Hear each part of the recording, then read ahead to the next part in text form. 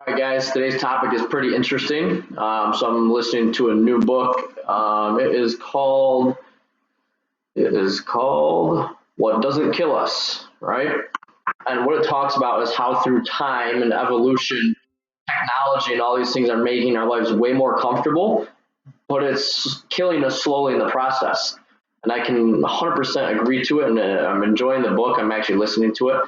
What it talks about is that we are overlit, as in we've got lights on all the time.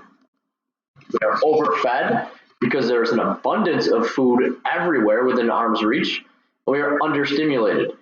So what that's causing to happen are these diseases of excessive food, excessive exposure to light and being up 24 hours a day, and a reduction in physical exertion and exposing your body to different things. So one of the interesting things that it talks about is that other than humans, there's only one other species of animals that deals with obesity and all the diseases that come with being overweight and obese. And anybody know what it is? It's the pets that we have, as in cats and dogs, which is interesting because the other day I was listening to somebody talk about their dog being diabetic. Their dog's diabetic.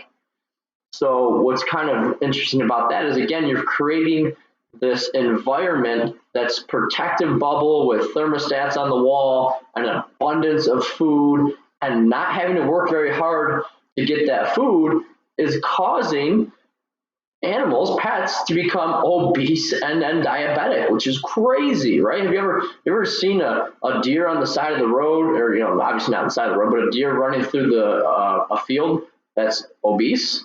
No, you don't see that. So again, let's go into the overlit, right? And I've read books that talk about this a lot, and they talk about getting out of the circadian rhythm of wake up when the sun comes up, work, reproduce, eat throughout the day, and then go to bed when the sun goes down. But with the addition of fluorescent light bulbs, and now the work day is 24 hours a day. So you've got swing shifts, you've got all these things that are unnatural and unhealthy to what your body is meant to do. Your body is not meant to stay up until 3, 4 in the morning with phones buried into our face and computers and all this crazy stuff going on. So we're overlit.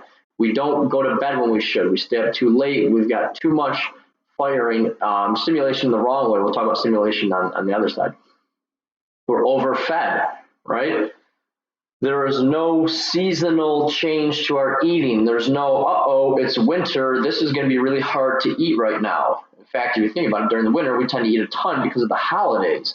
But there's no scarcity of food, right? I could walk in my 2 feet behind you, you can see my fridge and grab some food. If I don't have food there, I can go down to the store and buy whatever I want. I can go to the gas station, I could go to the pizza place, I could go to the grocery store, I could go to Dunkin' Donuts. There's no scarcity of food. So we are overfed beyond what we need. And unfortunately, hopefully you guys are starting to realize it. When you don't pay attention to nutrition, people generally choose carbohydrates and fat-laden foods, and there's very low in protein. So I know a ton of you guys have struggled with getting your protein in throughout this 5-6 weeks. And that's normal for people to, when you don't track, it's normal to be, man, I don't get enough protein in. But that is why the vast majority of Americans are unhealthy and overweight to obese and all the real fun stuff that comes with that. So we're overlit, we're overfed, and then we're not stimulated, we're not exposed to things anymore, right? We're not really exposed to much hardship.